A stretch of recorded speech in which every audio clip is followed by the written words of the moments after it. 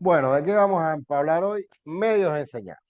Medios de enseñanza que recuerdo, siempre voy a poner esta diapo, muy importante, que forma parte de un sistema de componentes o un sistema de categorías de la didáctica. Sistema en el cual, por algo se llama sistema. Esto lo repito clase tras clase. No me voy a cansar de decirlo. Por algo se llama sistema porque es un conjunto de elementos que están relacionados e interaccionan entre sí. Bien, entonces hoy vamos a hablar única y exclusivamente de medios de enseñanza. Vamos a dedicar todo el tiempo a medios.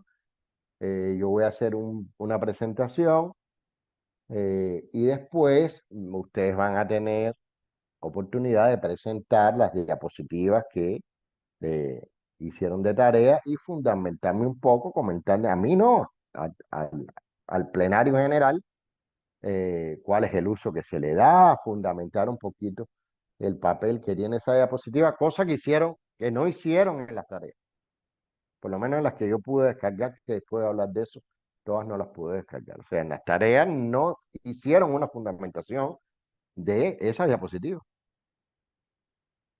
Ya voy a hablar de qué cosa es fundamental y ya lo estaremos discutiendo, porque aquí lo importante es aprender. Y si no hicimos una cosa como estaba orientada, como yo esperaba, no pasa nada. Lo importante es el momento que vamos a dedicar hoy a eso para hacer el análisis. Bueno, ya hemos visto objetivos, contenidos, métodos, formas de organización y ahora vamos a hablar de medios de enseñanza. Y lo primero es definirlo. Exactamente igual que el resto de las categorías, hay muchas definiciones en la literatura de medios de enseñanza y voy a presentar aquellas que a mí me parecen más interesantes. Pero siempre hago esta aclaración, porque usted se puede encontrar muchas definiciones de medios, incluso con otros nombres. Por ejemplo, recursos didácticos. Un recurso didáctico no es más que un medio de enseñanza y de hecho traigo un par de definiciones, una de las cuales habla de recurso didáctico. Pues la primera que voy a traer es una definición del colectivo, de un colectivo de autores del CPES. Ya les he hablado, déjenme apagar. Ya les he hablado de qué cosa es el CPES, Centro de Estudios para el Perfeccionamiento de la Educación Superior. No sé por qué no me hace caso esto. Eh, Pense un momentico, que aquí tengo un rollo.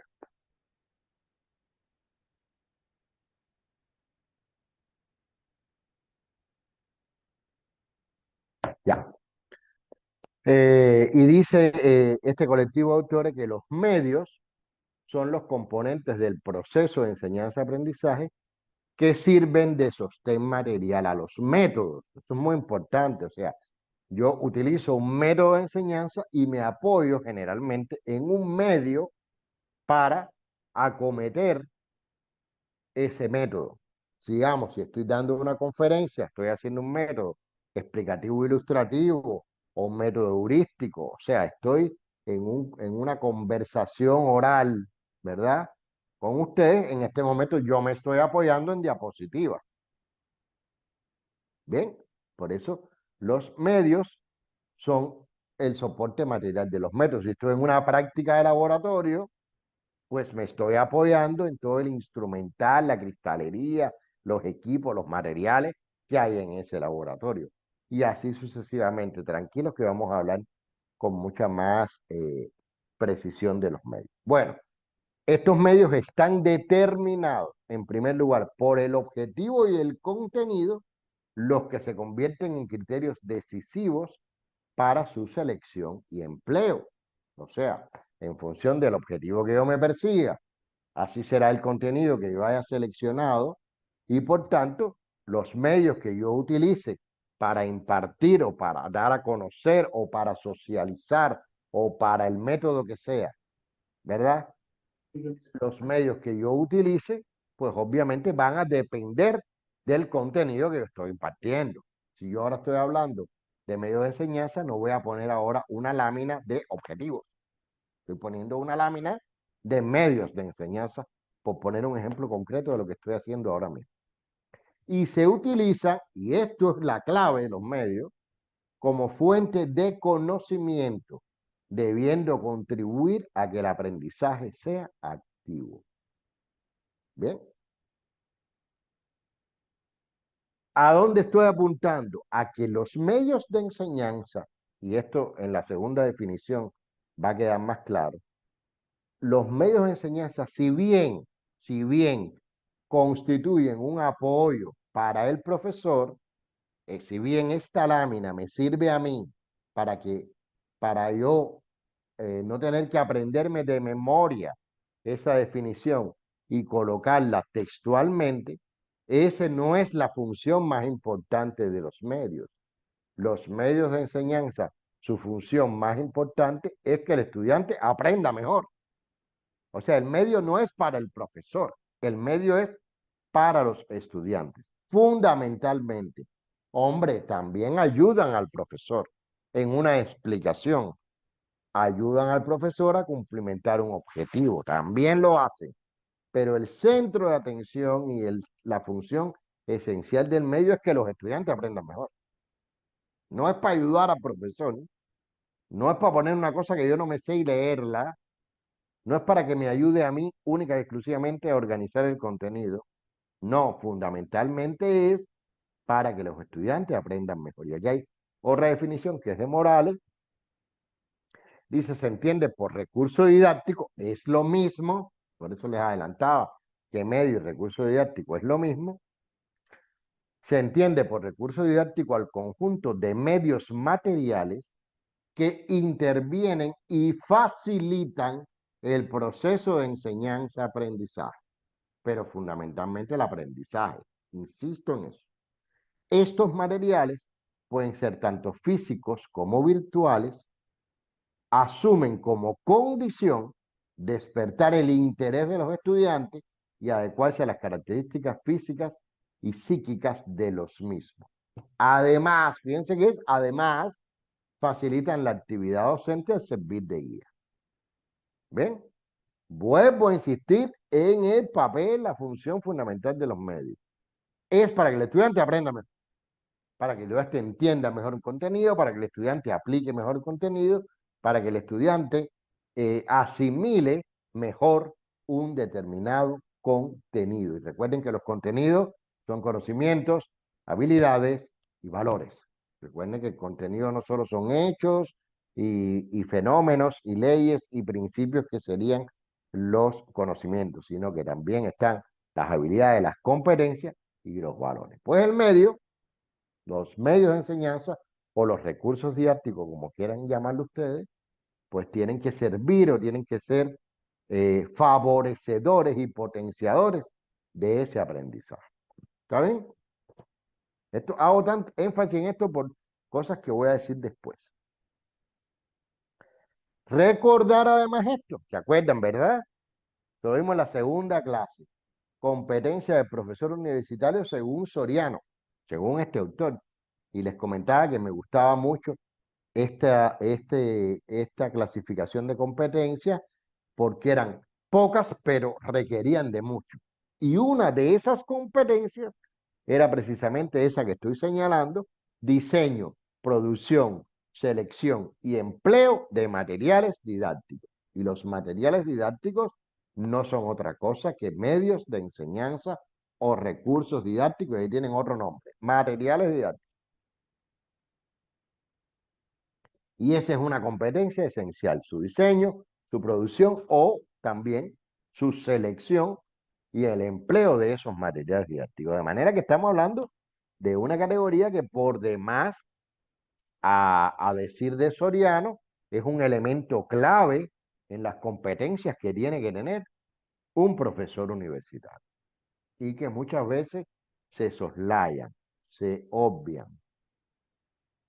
Siempre estamos pensando en cómo dar la clase, en el método y tal y más cual, pero no pensamos en la importancia que tiene el medio de enseñanza, el medio de recursos didácticos o los materiales didácticos, como quieran llamar. ¿Está claro hasta aquí? Bueno, entramos ahora en ese campo que no me gusta, que es la clasificación. ¿Saben? Ya lo he confesado en clases que no soy muy amigo de las clasificaciones, porque son reduccionistas.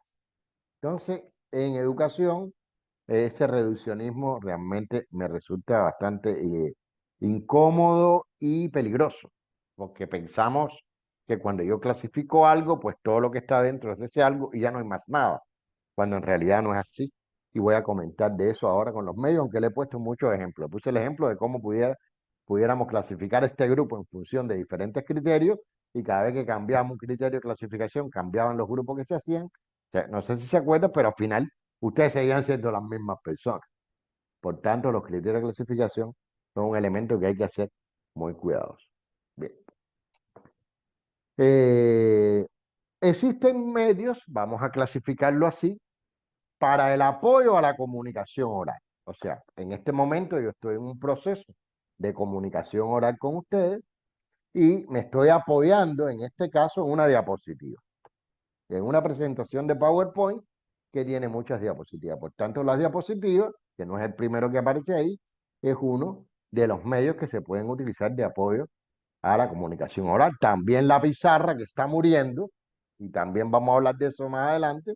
La pizarra ha ido muriendo en nuestras aulas, ya todos queremos tener un data show o un proyector para hacer una presentación de PowerPoint, también carteles, también transparencias, videos, que yo he colocado aquí y le he dejado mucho en el aula virtual, es un medio de apoyo también, o puede servir a la comunicación oral, pero se dan cuenta que un video también puede servir para el estudio independiente.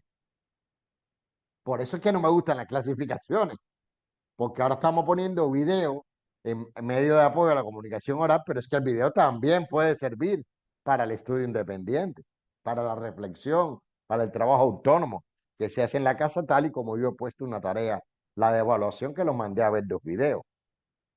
¿Está bien? Sin embargo, el video que puse en la clase pasada sí servía, bueno, entre comillas, era un poco de apoyo a la comunicación oral, pero también sirvió para hacer un debate, para que ustedes opinaran, para que reflexionaran. Bien, o sea, fíjense cómo voy desnudando también las evidencias de por qué no me gustan mucho las clasificaciones, porque tienden a confundir, a menos que usted esté claro y vea la clasificación como la veo yo, como una aproximación, pero no como algo 100% categórico. Un software también puede ser un medio de apoyo a la comunicación oral. Un profesor de estadística puede estar explicando un procesamiento estadístico y puede poner en su proyector, pues el SPSS, por ejemplo, que es un programa, un paquete estadístico profesional, y enseñarles con el SPSS en vivo ahí cómo se utiliza, cómo se hace una base de datos, o cómo se hace un análisis de varianza, o cómo se hace un gráfico de frecuencia, ¿verdad? Pero es que un software también sirve para el trabajo independiente. Y un software también sirve para la parte experimental cuando usted es el que hace los resultados o el que procesa el resultado de un determinado problema que se le ponga, ¿verdad? Por eso, vuelvo a insistir, esto que está aquí, estos elementos que están como medios de apoyo a la comunicación oral, también pudieran ser usados con otras intenciones y con otros objetivos que no sean únicamente como medio de apoyo a la comunicación oral. Y bueno, ahí están los modelos reales. Yo creo que aquí hay una arquitecta, no sé si anda por ahí. ¿Quién era la arquitecta? Rosemary, ¿anda por ahí? ¿Andas por ahí? Sí, aquí acabo de Ah, bueno, entrar. pues yo me imagino, por Doctor, buenas ejemplo, noches. buenas noches, que en tu carrera tú usaste. Hay un programa muy famoso de arquitectura, ¿cómo es que se llama? AutoCAD es el AutoCAD. más famoso, el más primordial. Sí, Exactamente, usaste el AutoCAD. Y seguramente también en las clases, posiblemente los profesores llevaron modelos físicos, como una maqueta, por ejemplo, ¿no?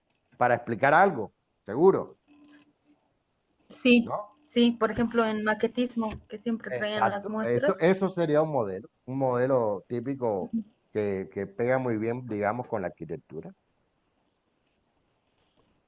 O en enfermería, a lo mejor en una determinada asignatura llevaron un modelo, yo qué sé, de un respirador. No lo sé. ¿Está bien? Entonces, pero bueno, básicamente estos medios, aunque ya hemos visto que pueden cumplir otras funciones, se utilizan de apoyo a la comunicación oral. Ahora, otro ítem dentro de esta clasificación pudiera ser los medios para la experimentación.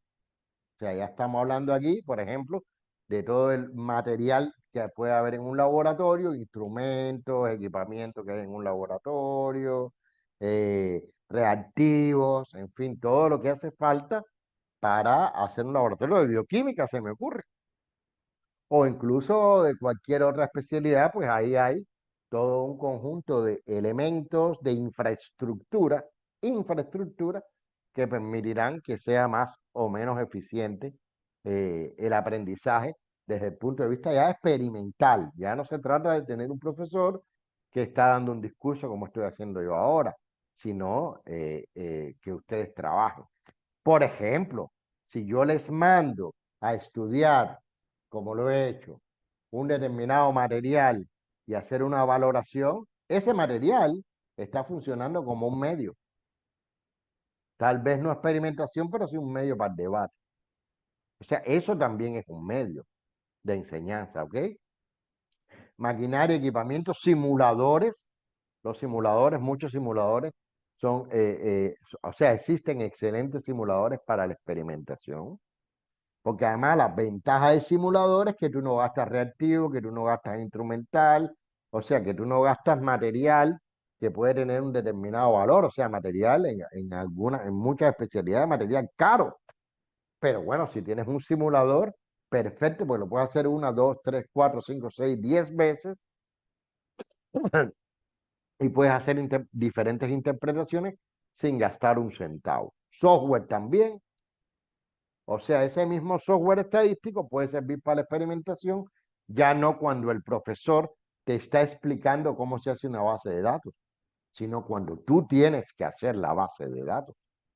Y esa base de datos la estás haciendo, por ejemplo, en SPSS. O estás haciendo una base de datos en Excel.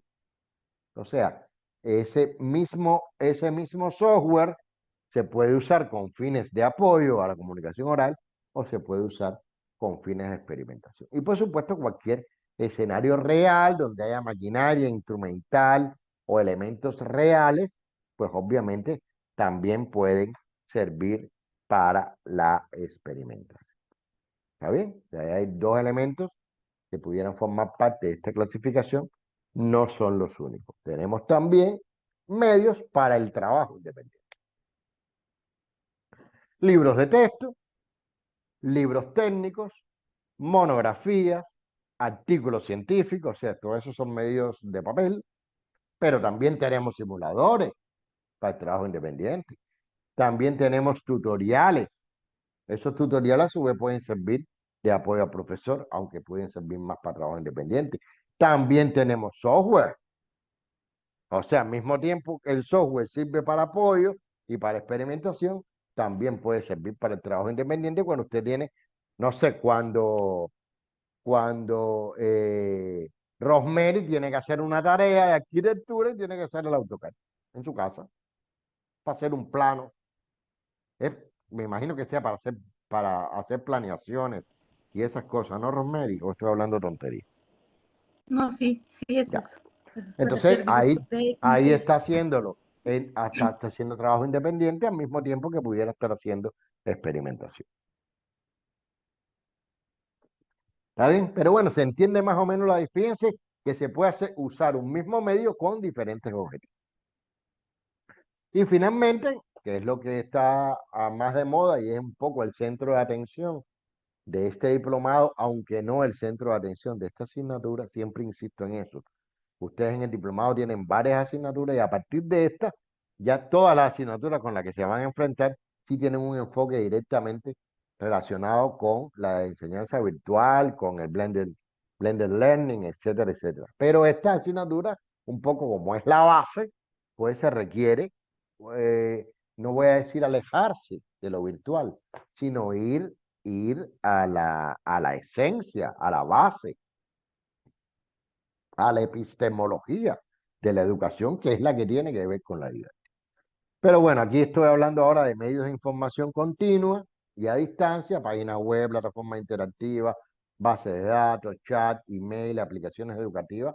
Ojo, que también se pueden utilizar como trabajo independiente, que también se puede utilizar como apoyo al profesor y que también se puede utilizar en espacios experimentales.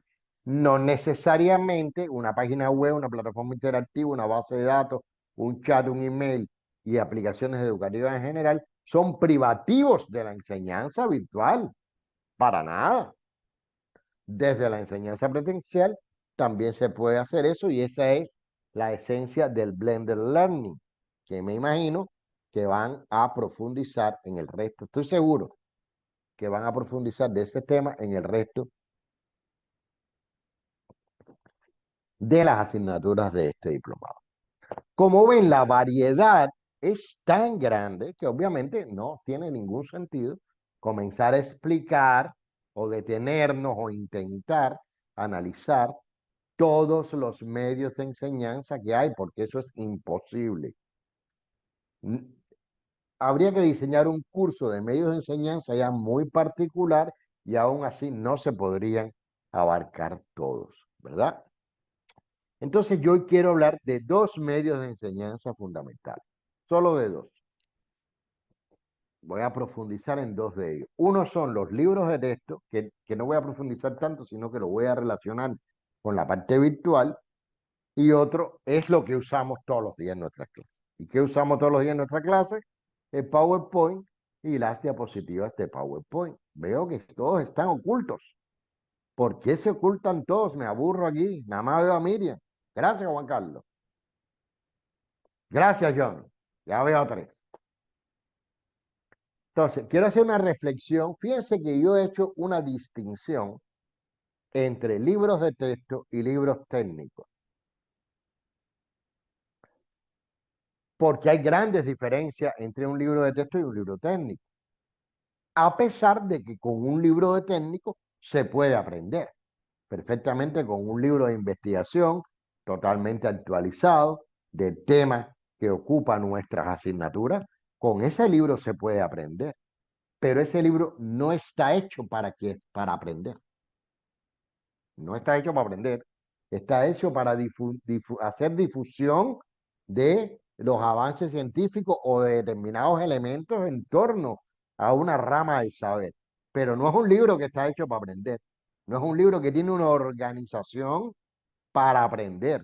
No es un libro que tiene ejercicios y problemas. No es un libro que tiene los objetivos que se deberían perseguir con cada tema o capítulo. No es un libro así. O sea, no es un libro que ha sido diseñado tanto en su concepción metodológica como en su organización, como en su aparato de orientación, como en su aparato de problematización y resolución de ejercicios y problemas, con el objetivo directo, específico, esencial de que el estudiante aprenda. ¿Y un libro de texto? Sí. Un libro de texto es un libro que se ha hecho para que los estudiantes aprendan con un determinado orden, con una determinada organización, cumpliendo un conjunto de principios, ¿verdad? Habiendo un aparato de organización de la asimilación, habiendo un aparato experimental, un aparato que no solo potencie la lectura, sino que potencie la ejercitación y el trabajo práctico experimental. Y cuando digo práctico experimental no me estoy refiriendo a que tiene que ser en un laboratorio. Práctico experimental es una clase práctica o un seminario de resolución de situaciones problemáticas. Y un libro técnico no tiene eso. Un libro de texto sí. De manera que cumpliendo con uno de los objetivos o con una de las características o con una de las competencias que debe tener el profesor universitario, que es el diseño, elaboración y selección de materiales didácticos, cualquier docente tiene que saber elegir cuál es el libro de texto de su asignatura e incluso lo ideal que en algún momento de su carrera como docente escriba un libro de texto de su asignatura que responda a los contenidos particulares de su asignatura con un cierto grado de amplitud. Tampoco lo voy a dejar tan cerradito que si me cambia, que si me cambia la malla curricular y me cambian los objetivos de la asignatura, ese libro no sirva para nada, no. Pero un libro de texto, obviamente, sería, digamos, un momento muy importante en como parte de la superación, y no solo como parte de la superación, sino dirigido sobre todo a resolver un problema. ¿Y cuál es el problema? Que los estudiantes aprendan mejor mi asignatura.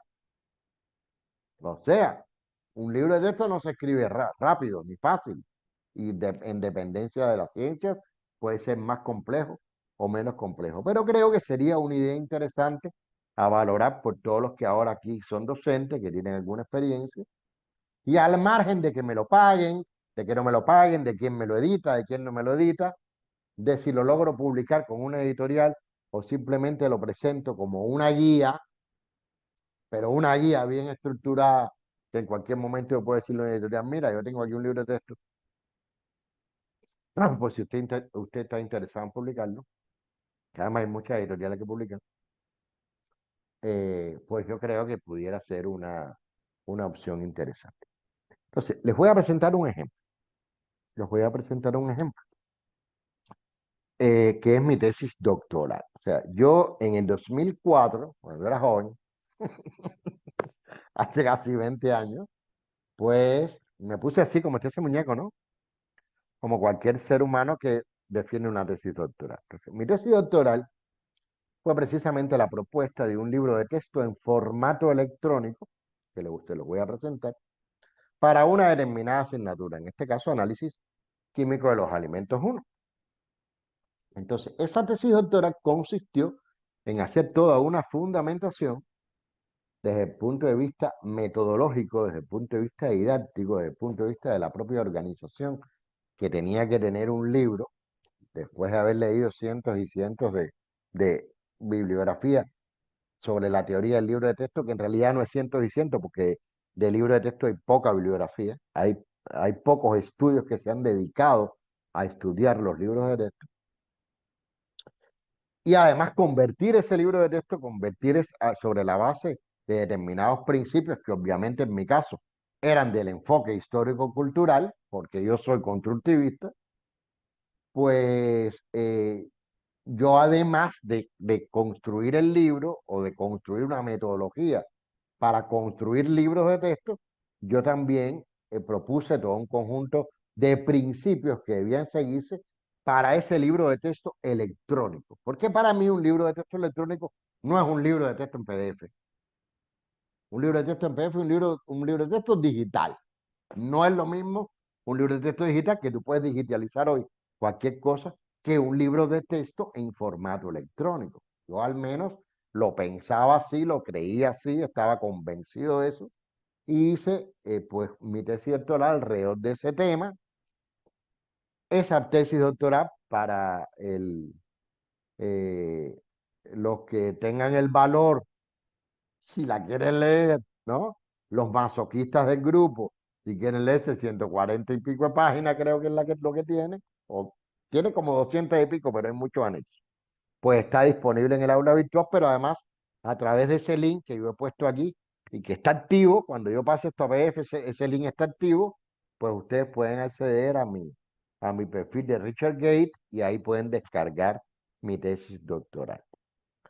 Entonces yo escribí toda mi tesis doctoral alrededor de eso, pues suerte salí bien, me hice doctor en el año 2004, pero además esa tesis tenía un resultado palpable y tangible, que era el libro de texto en formato electrónico de análisis químico de los alimentos 1, que lo hice en el 2002. O sea, cuando yo defendí mi tesis doctoral, ya los estudiantes habían usado durante 2 años ese libro de texto electrónico, y la tesis doctoral incluso incluyó diagnósticos, opiniones de los estudiantes, opiniones de los docentes, opiniones de los expertos sobre el material final, que era ese libro de texto en formato electrónico, que ya está viejo, que ya no lo usa nadie, porque en el 2006 salió la versión eh, impresa. En Cuba los problemas con Internet son terribles, por tanto todos los estudiantes prefieren tener una versión impresa del libro de texto, que ya perdió toda su potencialidad electrónica, pero ellos lo prefieren así. O sea, este libro que ahora les voy a mostrar, simplemente como ejemplo para precisar algunas cosas, este libro no está en ningún sitio web. O sea, no me lo pidan porque no está en ningún sitio web, está en el disco duro de mi computadora. ¿Está bien? Estuvo en el sitio web del Instituto de Farmacia y Alimentos, pero ya eso ahí desapareció de ahí. Entonces voy a mostrarles ese libro de texto. ¿Ven? Quiero decir algunas cosas. Por aquí está Diego. Diego, ¿estás por ahí o no?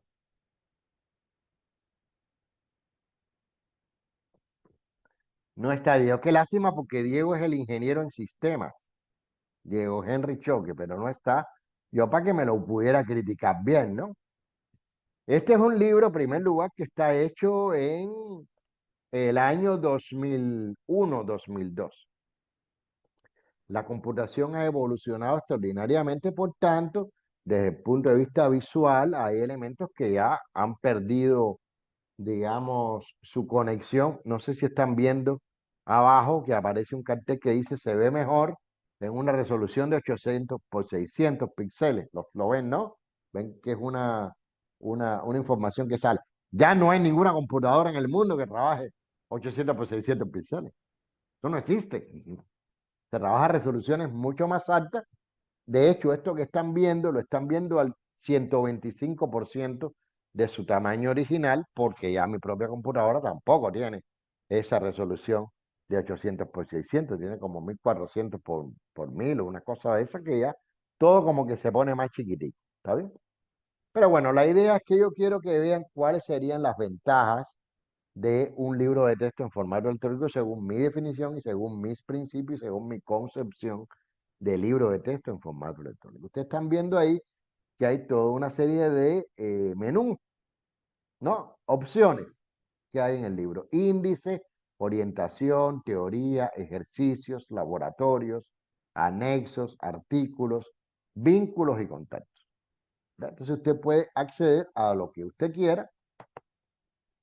Aquí, por ejemplo, hay un índice. Perfecto, hay un índice por el que quiere arrancar por el índice. Ese es un índice que está hipervinculado. O sea, yo con ese índice me muevo a donde yo quiera. Preparación de disoluciones, doy clic y me lleva a preparación de disoluciones. Preparación de disoluciones que es el capítulo 2 del libro, aquí lo dice a la izquierda, que tiene que ver con la teoría, o está en este menú de teoría, que siempre está arriba. O sea, yo aquí me puedo mover por el libro entero. De hecho, yo no tengo posibilidad de volver a la página inicial, a esa donde estaba la computadora y los 9 iconos, porque no me interesa. No me interesa volver a la página inicial. Todo lo que está en la página inicial está aquí. Otra vez está aquí. Por tanto, yo me puedo mover a lo largo y ancho del libro sin perderme nunca. Nunca me voy a perder. Nunca el estudiante va a decir, bueno, ¿y dónde estoy? ¿Y cómo llego a? No, no, no, no, no, para nada. ¿Quiero volver al índice? Vuelvo al índice. Ah, en el índice me dice que puedo entrar también en orientación y en el prólogo, que puedo entrar por aquí. Aquí hay un prólogo del libro. Aquí está el programa de la asignatura. Se despliega otro menú donde están los objetivos generales de la asignatura, los contenidos, la metodología que se va a seguir. Fíjense que aquí donde dice metodología, por poner un ejemplo, al final de metodología dice, le recomendamos que consulte las opiniones de un grupo de estudiantes sobre la importancia de la asignatura y sobre cómo enfrentar su estudio en el acápite alguna sugerencia de los estudiantes del curso 2000-2001. Yo no tengo que buscar ese acápite en ningún lado, yo hago clic aquí y ya llego a ese menú. Y están las opiniones de cada estudiante. Con esto regreso arriba. Si quiero ver a Ioenis, veo a Ioenis, o a Lina, o a que yo quiera. O a Pedroso, ahí están. Y estoy en el menú contacto, me lo está diciendo aquí. O sea, estoy aquí en este menú de contacto. O sea, hay no solamente una comunicación con la información desde los menús principales, sino desde dentro de los contenidos. Si yo vengo allí, por ejemplo, a teoría, y vengo, por ejemplo, al capítulo 2, que se llama Introducción al Análisis Volumétrico, Introducción al Análisis Volumétrico. Aquí están los fundamentos generales que están aquí también, preparación de disoluciones, métodos de estandarización, métodos de valoración, el titre, lo que sea. Yo vengo aquí, por ejemplo, a preparación de disoluciones, me puedo mover en los diferentes eh, temas o epígrafes dentro de preparación de disoluciones. Y miren qué interesante que esto para mí es uno de los valores más grandes que tiene el libro. Aquí dice, por ejemplo, trabajo independiente, resuelva los ejercicios que aparecen en la clase práctica número 1. Y aquí hay otro hipervínculo. Voy directo a la clase práctica número 1 después que me leí eso. O voy directo a problemas integradores después que me leí eso. Pero cuando yo voy a la clase práctica número 2, a lo mejor yo fui a la clase práctica número 2 después que me leí el tema, pero a lo mejor fui a la clase práctica número 2 directamente porque vine aquí, donde están los ejercicios. Entonces, delante de la clase práctica número 2, no obstante, porque él no sabe de dónde yo vengo, dice, para resolver estos ejercicios, usted debe estudiar cuidadosamente los aspectos teóricos relacionados con preparación de soluciones y métodos de estandarización. Pues si yo vine directo para acá y no me he estudiado eso, pues hago clic aquí y me tengo que estudiar eso. Captan el mensaje que estoy intentando lanzar. O sea, hay una hipervinculación, se llaman hipervínculos, que son conexiones a todo lo largo del libro. Por dentro, en cada uno de los elementos, por fuera, en cada uno de los menús. Es un libro grande, este es un libro que cuando se imprimió tenía más de, creo que 540 y tantas páginas. Y así me voy moviendo por todo. Cuando voy métodos de estandarización o métodos de valoración, siempre al final va a haber un trabajo independiente y me va a llevar a una clase práctica donde tengo que resolver ejercicios.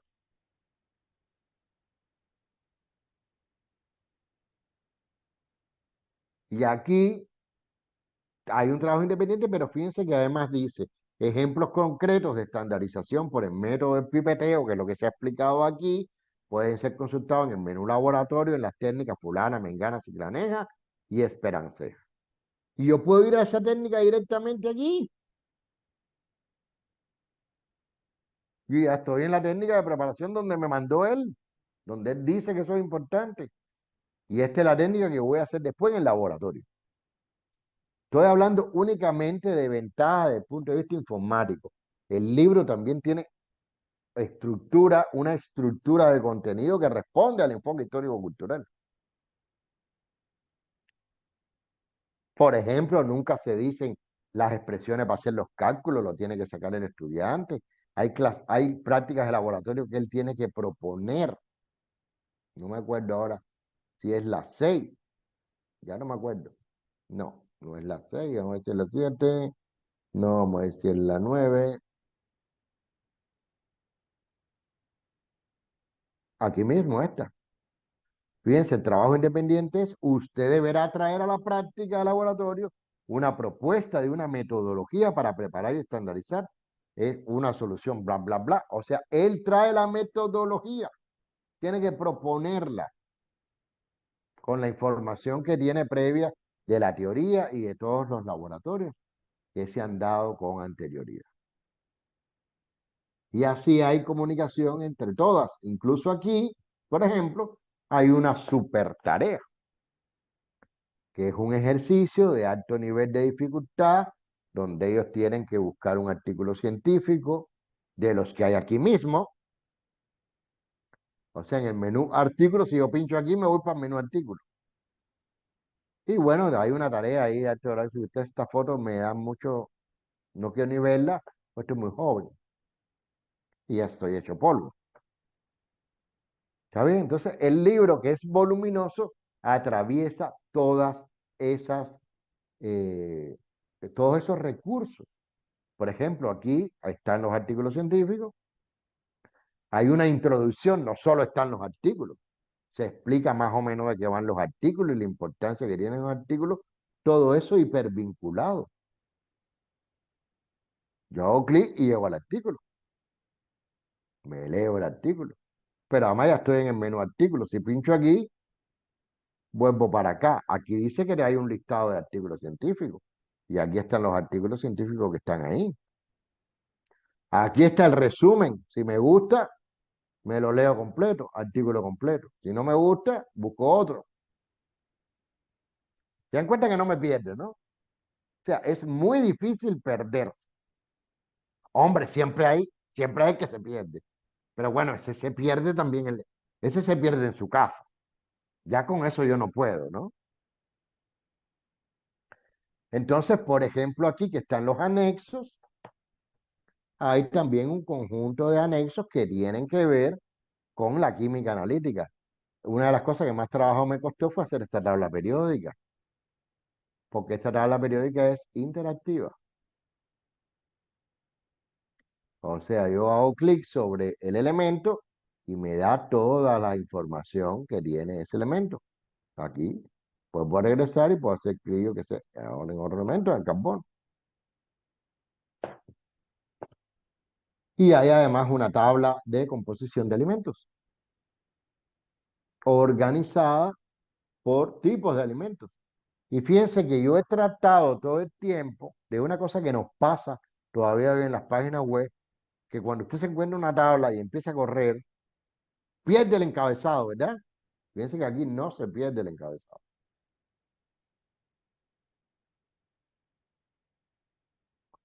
Para carne, para lo que sea. Aquí, ¿ven? Entonces, insisto, uno se puede mover, además de esta orientación, no está solo aquí, está en todos los lugares. Todo el tiempo te va orientando cómo usar el libro. Los ejercicios no se orientan cuando se acaba un capítulo, se orientan cuando hay que orientarlo.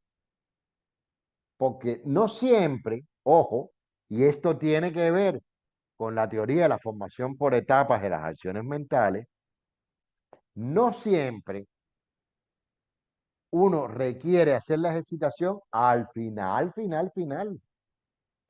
A veces hay determinados momentos o epígrafes, por ejemplo, en un libro, determinados epígrafes que están en un mismo capítulo, que antes de pasar al epígrafe siguiente, se deben ejercitar, y eso es lo que yo pretendo. Voy a volver con este capítulo 2, que es de los más complejos. Estamos en, voy a poner un ejemplo. No sé, fundamentos generales. Bueno, fundamentos generales no es mucho. Después vengo a preparación de disoluciones. Eso es un epígrafe dentro de ese mismo capítulo 2. Y al final de preparación de disoluciones, por la complejidad que tiene este tema, yo como especialista considero que ellos tienen que ejercitar preparación de disoluciones. Y por eso es que lo mando a hacer la clase práctica número 2. Y no se ha acabado el capítulo. Y lo mismo pasa con métodos de estandarización. Cuando se termina, lo mando, en este caso, problemas integradores. Y lo mismo pasa con métodos de valoración. Cuando se termina, lo mando a la clase práctica número 3. Y lo mismo pasa con aquí con el titre, que hay ejemplos igual. Aquí hay un trabajo independiente. Porque yo necesito que él no se quede en base orientadora de la acción, sino que él al menos alcance la etapa materializada en preparación de soluciones para empezar a ver estandarización y que alcance la etapa materializada en estandarización para empezar a ver métodos de valoración. ¿Se acuerdan de lo que estoy hablando cuando hablo de esas etapas, no? Base orientadora de la acción. O sea, tal vez Miriam no, pues se incorporó tarde, pero Soledad y Johnny tienen que saberse eso súper bien, ¿sí o no? Mírale las caras a Soledad y a Johnny. Miéntanme. Díganme, sí, profe, no lo sabemos perfecto. Miéntanme. ¿Está bien? Entonces, esta concepción incluso de libros de texto en formato electrónico, que a la luz de hoy pudiera ser considerada una gran página web, ¿verdad? Una gran página web de la asignatura, y donde hay vínculos con el web. Ya todos estos vínculos deben estar rotos, porque ya esas organizaciones desaparecieron. Pero, por ejemplo, posiblemente yo qué sé, de la IUPAC todavía se mantenga, vamos a ver. Ahí está, la IUPAC sí no falla. y la FDA también posiblemente se mantenga, y la ACC también posiblemente se mantenga, y la FAO, no sé si anda por ahí. Aquí está la FAO, la Food Agriculture Organization. Vamos a ver si se mantiene eso, la cambiaron. Mira, la cambiaron. Pero bueno, es lógico porque esto es un libro que se hizo en el 2001, curso 2001-2002. Pero yo realmente esto no lo he vuelto a ver. Yo no he visto un libro así. Todavía no lo he visto. Y me parece que es un elemento interesante. Aquí incluso en contactos se habla de los autores. ¿Quiénes son los autores? Aquí me ayudaron mucho y participaron activamente estudiantes. Estudiantes que, por supuesto, no es que escribieron el texto, pero sí dieron ideas de cómo organizar esto, hicieron la transcripción muchas veces o sea, aquí hay un volumen de información enorme, no sé si se dan cuenta. Y bueno, y la maestra en ciencias, Jaime Herrera, que también nos ayudó muchísimo. Yo hice este libro cuando era máster, lo que pasa es que cuando me hice doctor ya después le cambié esto, pero en realidad cuando lo hice no era doctor todavía. Y fíjense que aquí también, en este mismo menú, que además de aquí, no sé si dan cuenta que aparece aquí a la izquierda, no hay manera de perderse. Para un ser normal, no hay manera de perder. Aquí hay, por ejemplo, eh, en contactos de interés, las direcciones de correo electrónico y los contactos de todos los profesores de la carrera de alimentos, de todos los profesores de la carrera de alimentos, del departamento.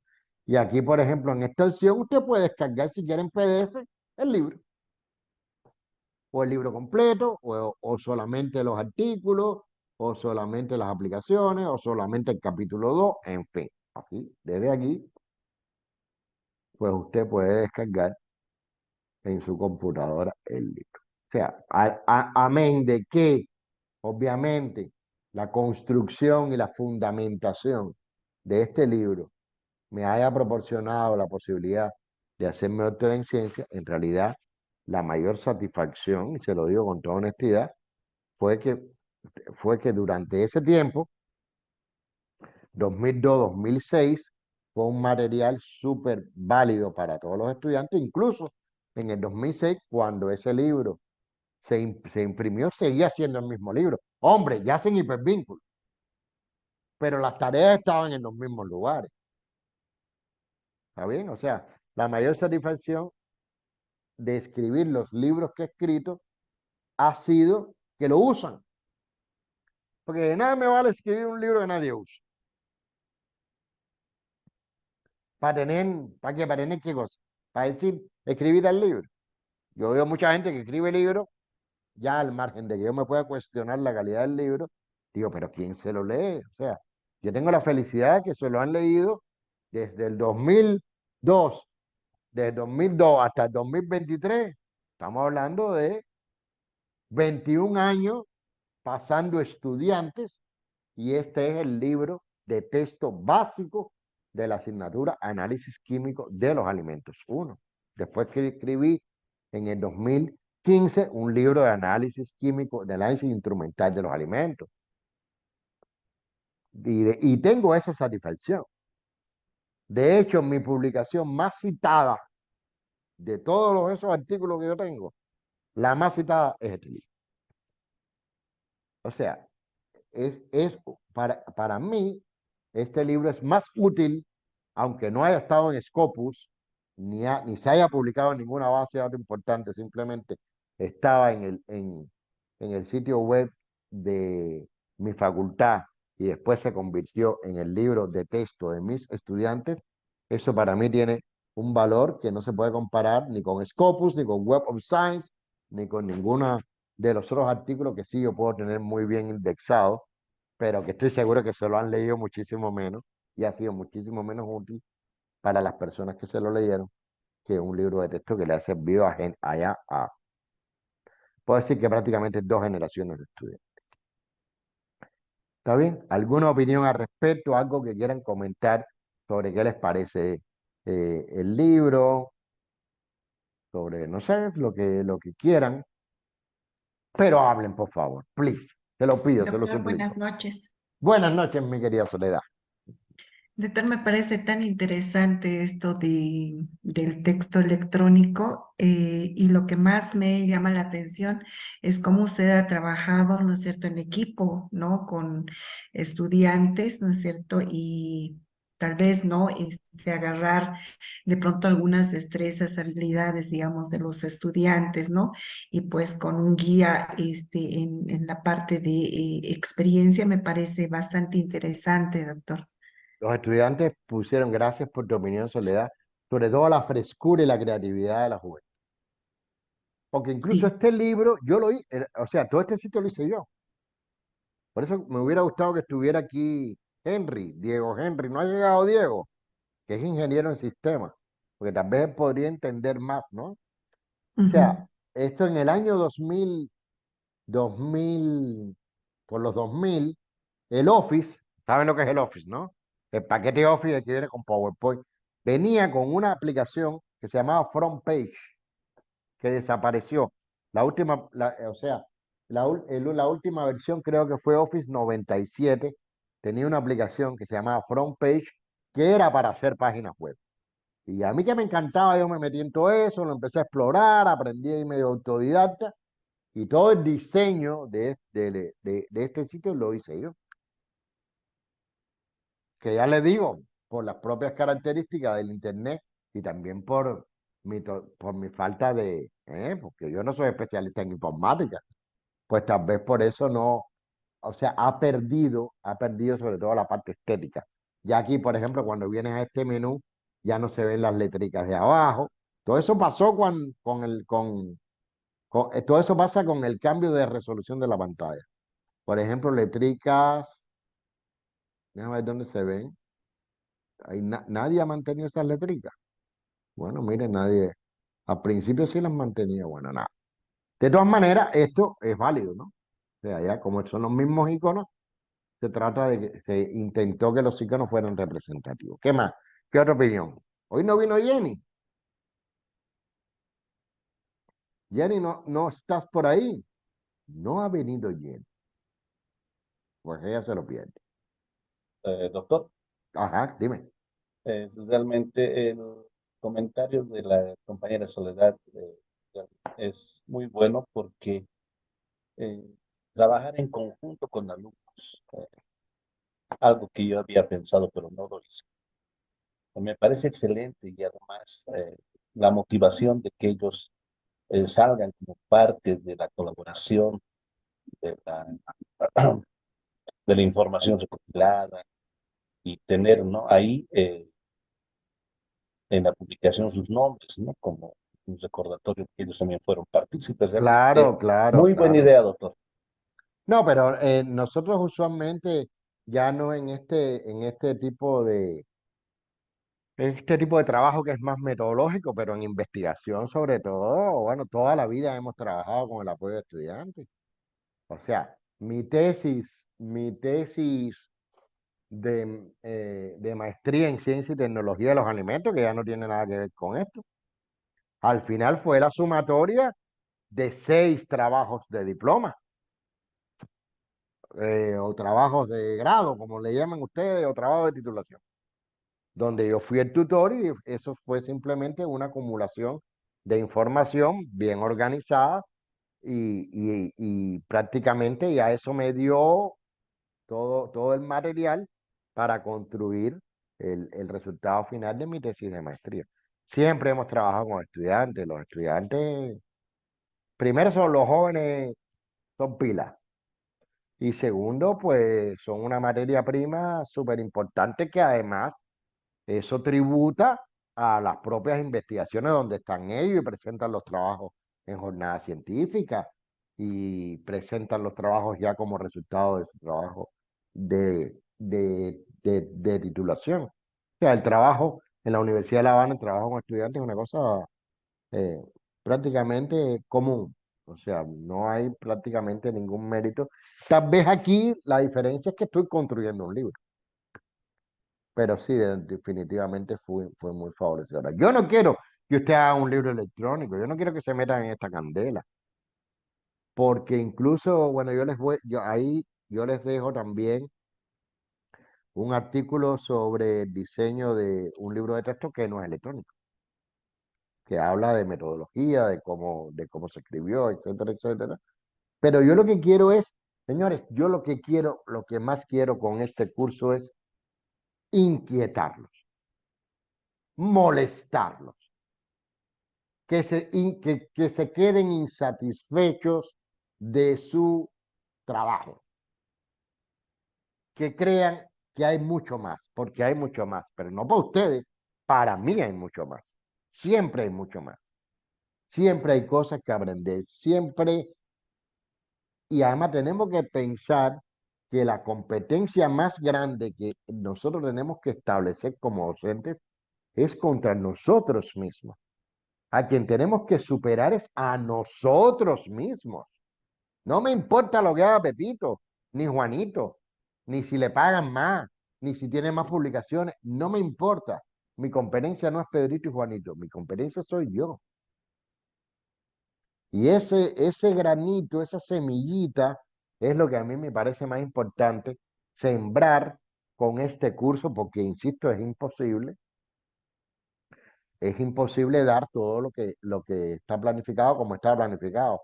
Yo después de la segunda clase, yo esto lo he movido, ya lo he movido, ya yo los vi a ustedes, vi su respuesta, vi cuán largo era, vi cuánto se cansaron, veo cuánto, y eso me va dando un termómetro, retroalimentación es importante y yo empiezo a mover el contenido y a cambiar la concepción que yo tenía al principio, que a lo mejor quería dar métodos y medios en la misma clase. Y dije, no, no, no, ya no puedo dar métodos y medios en la misma clase.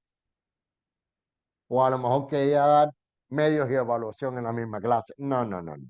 Uno para medio y la de miércoles para evaluación. O sea, ¿y qué le voy a enseñar? ¿Tengo pensado esto? No, mejor voy a enseñarles esto.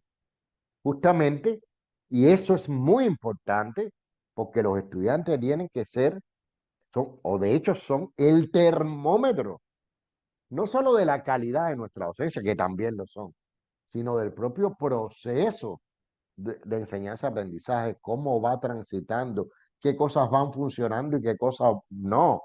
Y lo que me funcionó el año pasado o el semestre pasado con el grupo X, ya no me funciona en este semestre con el grupo Y. Por tanto, no puedo dar la asignatura igual. Tengo que crear nuevas cosas. ¿Está bien? ¿Alguna dudita? ¿Algún otro comentario? Se ve bien, ¿no? Sí, se ve bien. Gracias. Sí, sí, sí, se ve. Bueno, a ver, yo he llamado a esta presentación que voy a hacer del pizarrón al PowerPoint, avance o retroceso. Por algunas razones que voy a comentar. Creo que lo más importante de los medios no es el medio en sí, sino cómo se utiliza. Por eso voy a comentar bastante sobre esto. Entonces, voy a empezar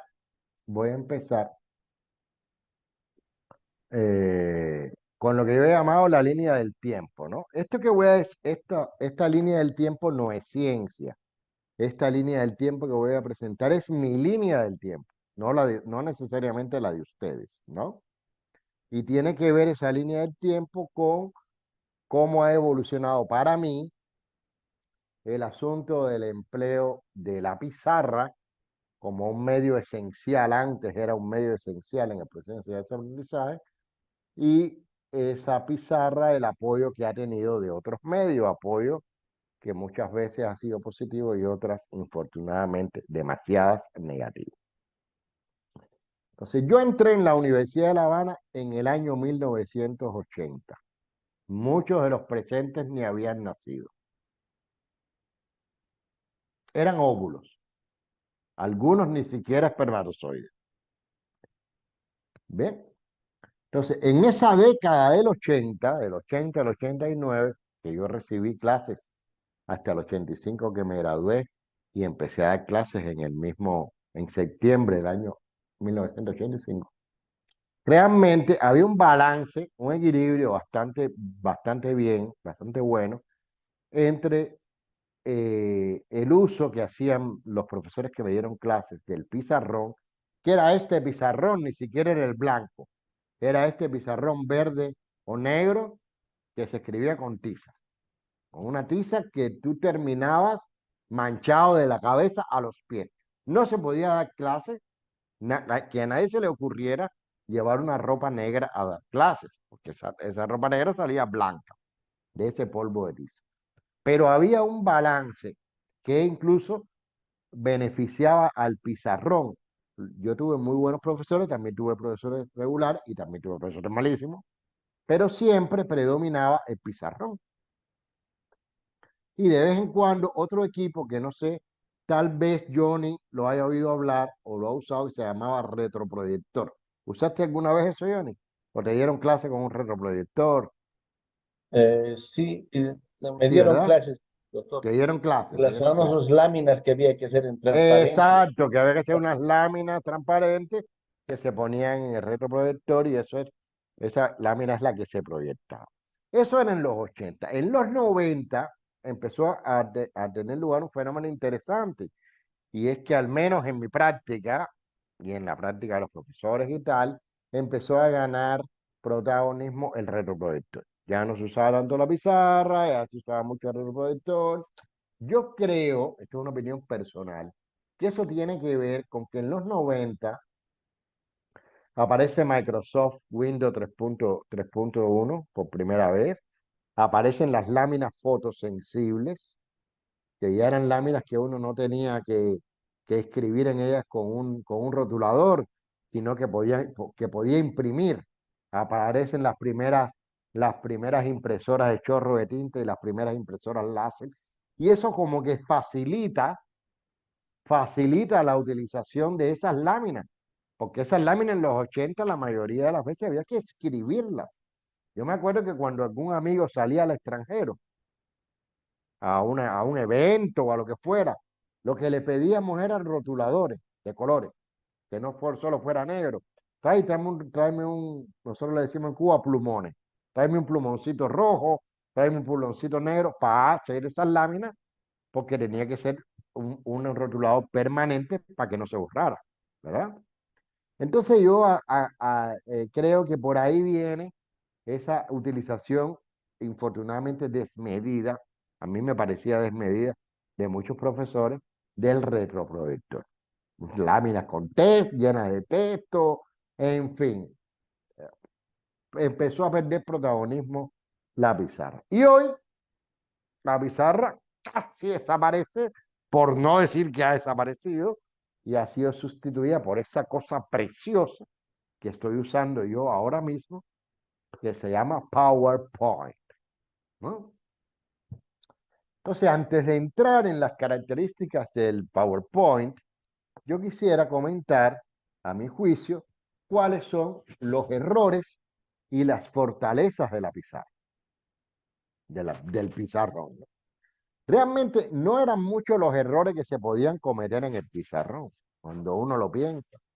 O sea, el profesor podía tener una letra muy pequeñita, por ejemplo, que no se viera desde los últimos asientos del aula, o a lo mejor tenía una letra muy fea y era ilegible, no se entendía bien lo que escribía el profesor, o a lo mejor no tenía habilidades para pintar y entonces los gráficos quedaban medio chuecos, medio feos, ¿no? Y lo peor, no sé, aquí a los presentes, a cuántos le dieron clases con pizarrón. Pero lo peor que se podía hacer en un pizarrón, lo peor, era la desorganización. Esos profesores que empezaban a escribir en un lado, terminaban en el otro, borraban y no se quedaba bien borrado, se quedaba ahí como una mancha blanca y encima de esa mancha blanca volvían a escribir y tú perdías la organización. Yo me acuerdo que incluso en esos tiempos era muy importante cuando te controlaban clases, cuando te visitaban clases, uno de los elementos más importantes que controlaban era la organización de la pizarra, cosa que ya no tiene ningún sentido. Nadie hace eso porque ya nadie usa la pizarra, cosa que está, a mi juicio, muy mal. Bien, pero no eran muchos errores los que se podían cometer en la pizarra. De hecho, Yo creo que la pizarra tenía más fortalezas que debilidades. A mi juicio, una primera fortaleza de la pizarra es que exigía dominio y organización del contenido por parte del profesor. ¿Cómo le dicen ustedes a los papelitos que pueden llevar los estudiantes para hacer fraude en los exámenes? ¿Cómo se le dice eso en Bolivia? Chanchullo. ¿Cómo? Chanchulo, Chanchulla. Soy incapaz. chanchula, Chanchula. ¿Así? Chanchula. ponché, chanchula. Chanchula. Bueno, pues no había chanchula para los profesores. Ahora sabemos que la chanchula del profesor es PowerPoint. ¿Bien? Pero ahí no. De hecho, los estudiantes se daban cuenta o criticaban mucho a aquellos profesores que llevaban un montón de papeles y se pasaban la clase mirando para los papeles y admiraban mucho a aquellos profesores que iban sin ningún papel al aula. O sea, la organización del contenido estaba en la cabeza del profesor. El profesor que iba a dar un aula a golpe de pizarra tenía todo el contenido organizado en su cabeza, no tenía ninguna ayuda, porque aun cuando llevara un papel, él sabía que mirar demasiado ese papel, a no ser que fuera un ejercicio que tuviera que copiar, no era bueno, ni para su prestigio, ni para la opinión que se iban a hacer los estudiantes sobre su clase. Y esto se ha perdido ya. Después voy a seguir hablando de eso. O sea, el profesor que da una clase a pizarra es un profesor que se sabe no solamente el contenido, sino su organización. Eso me parece una fortaleza enorme de la pizarra. Otra fortaleza es que la atención se centra en el profesor, porque el profesor es el que está hablando y cuando él escribe en la pizarra, él deja de hablar. Por tanto, mientras él habla, los estudiantes lo están atendiendo a él. No están atendiendo lo que está en la pizarra. O bueno, el que se quedó rezagado y no entendió, sí. Pero básicamente no sucede eso. No sé si me explico si se entiende lo que quiero decir. O sea, él está hablando, dando un discurso, pasando información y los estudiantes lo están atendiendo a él. Ahora el profesor puede estar hablando una cosa y los estudiantes están copiando lo que está puesto en el proyector en el PowerPoint. Sobre todo si ese PowerPoint está lleno de texto. ¿Está bien? Esto hacía a su vez que el ritmo del profesor fuera muy similar al ritmo del estudiante. El profesor habla, es el centro de atención, los estudiantes lo atienden a él y cuando el profesor se vira y comienza a escribir en la pizarra, los estudiantes comienzan a escribir en sus cuadernos lo que está escribiendo el profesor en la pizarra. ¿Sí o no? O sea, el ritmo de él se parece mucho más al ritmo del estudiante que con un PowerPoint. Que incluso el ángulo, en la pizarra el ángulo es el mismo, porque el profesor está parado frente a la pizarra y se vira para escribir en la pizarra. Aquí, bueno, aquí estamos virtual, pero en un aula real yo puedo estar parado aquí, hablando para un grupo de estudiantes y la proyección haciéndose allá, no detrás de mí, sino en una diagonal, ¿verdad? En dependencia de donde esté ubicado el retroproyector, cuál sea la pared más grande para hacer la proyección, etcétera, etcétera.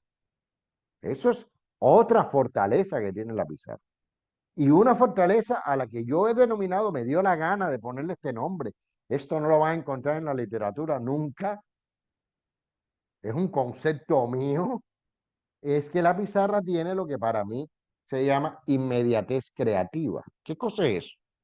Que usted planificó su clase de una forma, con una organización y una manera de explicar un determinado contenido, ¿verdad?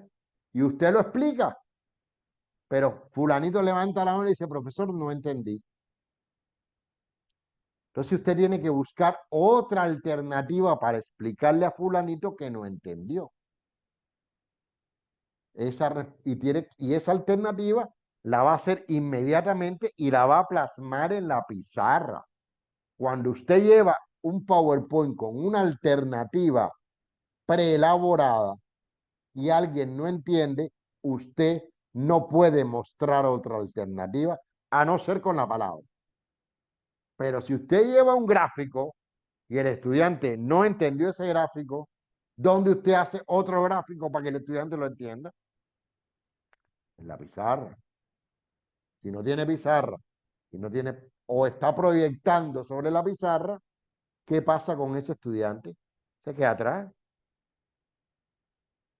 O sea, la inmediatez que arriba es la capacidad del profesor de poder explicar una misma cosa de diferentes formas con ayuda de un medio audiovisual, porque la pizarra es un medio audiovisual, porque uno está escribiendo ahí.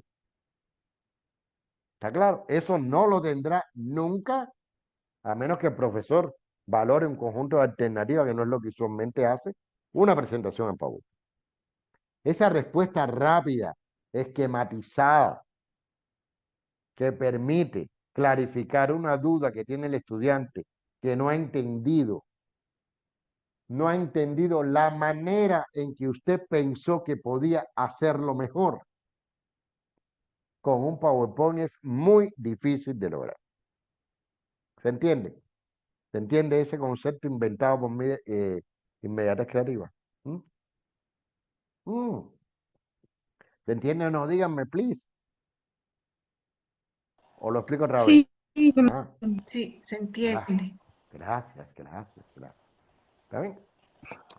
Pero bueno, decíamos que entonces alrededor del año 95 para el primer mundo, y como los 2000, yo diría 2000 un poquito para el tercero, que somos nosotros, o el cuarto, no tenemos claro el lugar económico que jugamos, pues apareció para beneplácito y felicidad de todos los docentes el PowerPoint, que nos va a salvar la vida y nos va a permitir dar unas clases preciosas, aunque no nos las sepamos.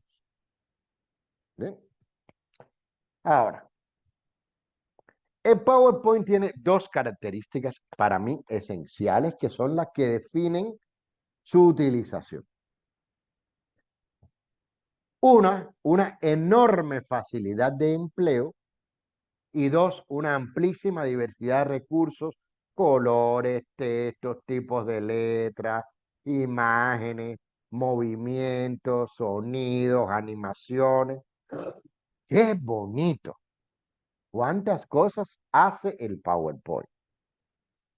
Y una facilidad de empleo a tal punto que con 6 operaciones básicas se puede hacer un PowerPoint. 6 operaciones básicas.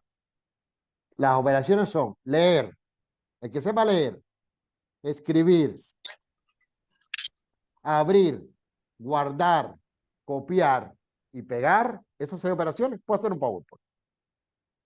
Puede ser horrible y no servir para nada el PowerPoint, pero de que lo puede hacer, lo puede hacer. Miren, si es sencillo hacer un PowerPoint, esto es real, lo que estoy mostrando es real, no es inventado. Ese niño que tiene 2 años acabados de cumplir, o tenía 2 años acabados de cumplir en el 2009, hacía esto en PowerPoint. Y no sabía leer ni escribir, solo guiándose por los iconos. Y hacía esos dibujos. Y mire cómo los hacía, con figuras geométricas. Él pintaba la figura geométrica, coloreaba la figura geométrica. Hombre, los padres le enseñaron cómo usar determinadas opciones. Y esas figuras geométricas él las combinaba y hacía ese tiburón, o ese pulpo, o ese pececito que está ahí. Fíjense si es fácil hacer un PowerPoint. Ahora, la pregunta es, esa facilidad de empleo tan grande, de leer, escribir, copiar, pegar, abrir y guardar, ¿es una oportunidad o es una amenaza de PowerPoint? ¿Eso es bueno o eso es malo? Y la respuesta es depende de cómo lo uses. Puede ser muy bueno, si aprovechas todas sus potencialidades, puede ser muy malo.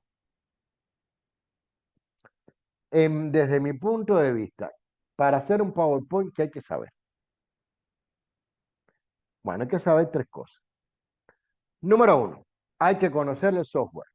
No basta con leer, escribir, copiar, pegar, abrir y guardar. No.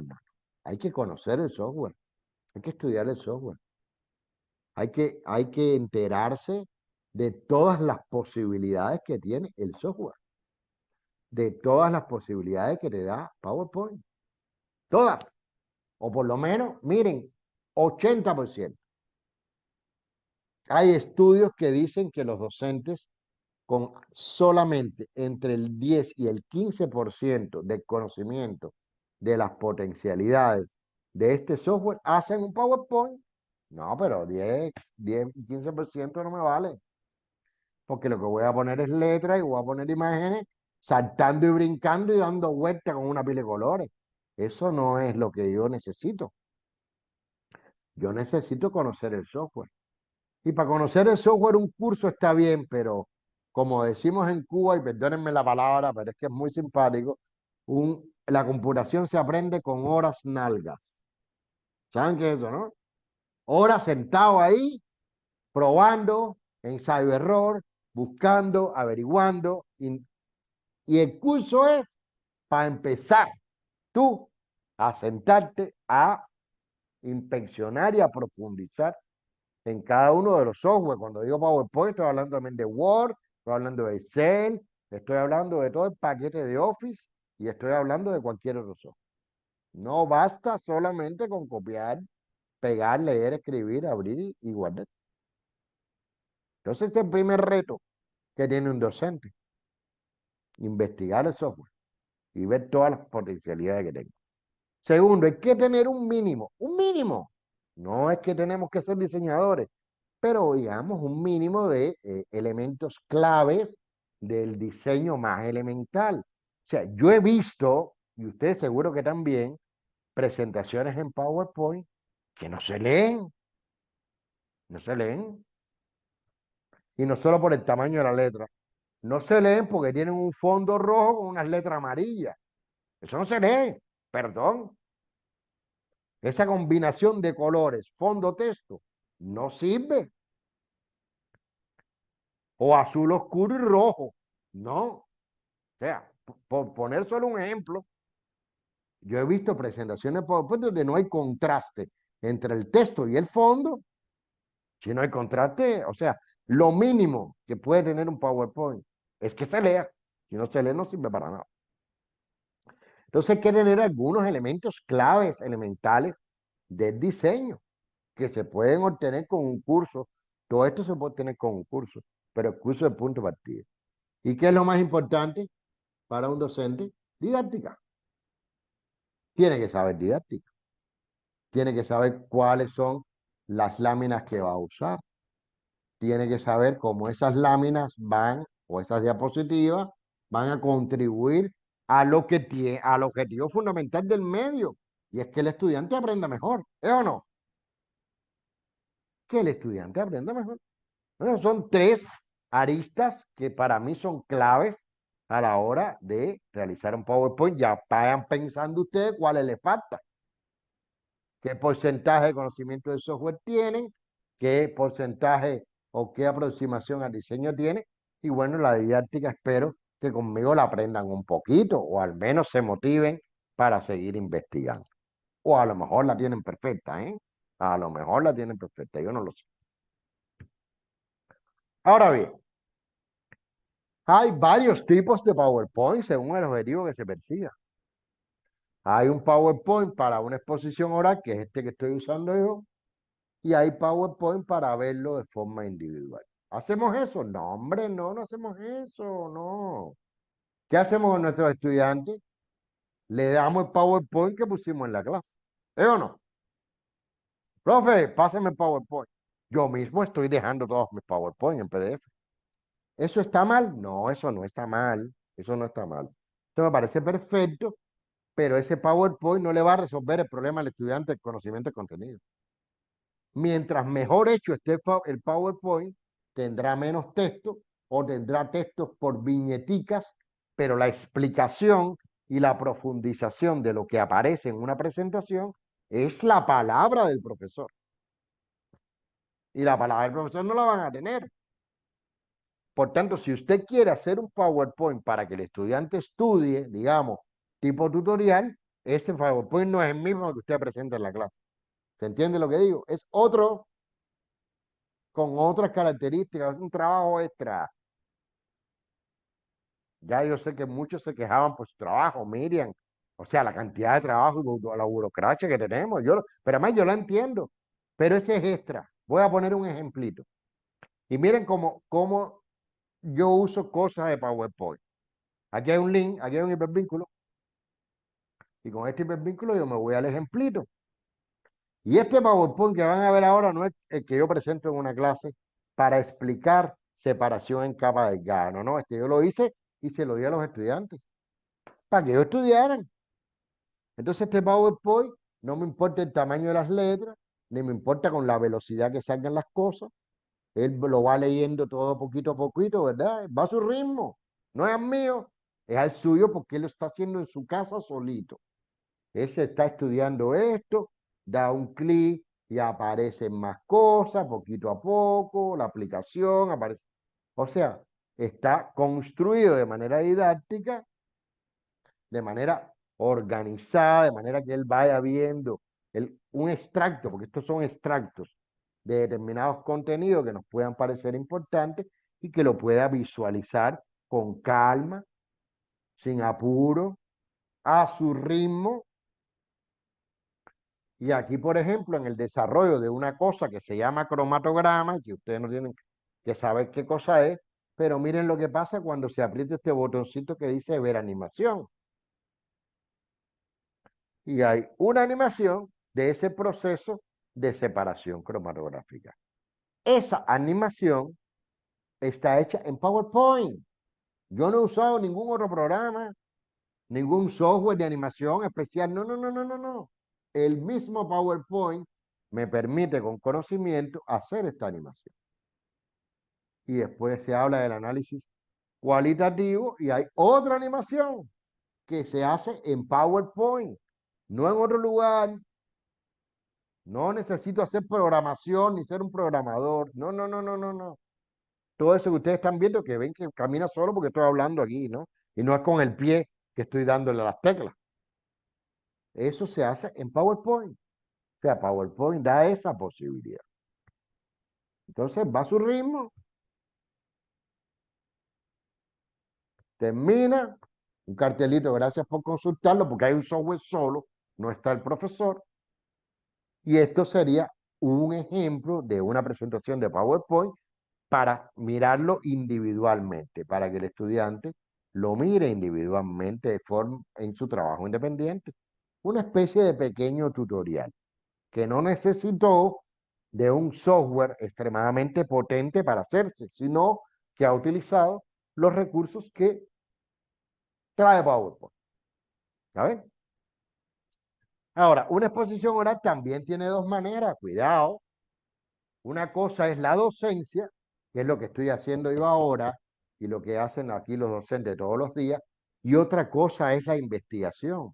Y cuando digo investigación es que no es lo mismo hacer un PowerPoint para enseñar, como este que estoy usando yo ahora, que un PowerPoint, por ejemplo, para presentar un trabajo en un evento científico, o para defender una tesis de maestría, o para defender un trabajo de diplomado o para defender una tarea de la asignatura de este módulo.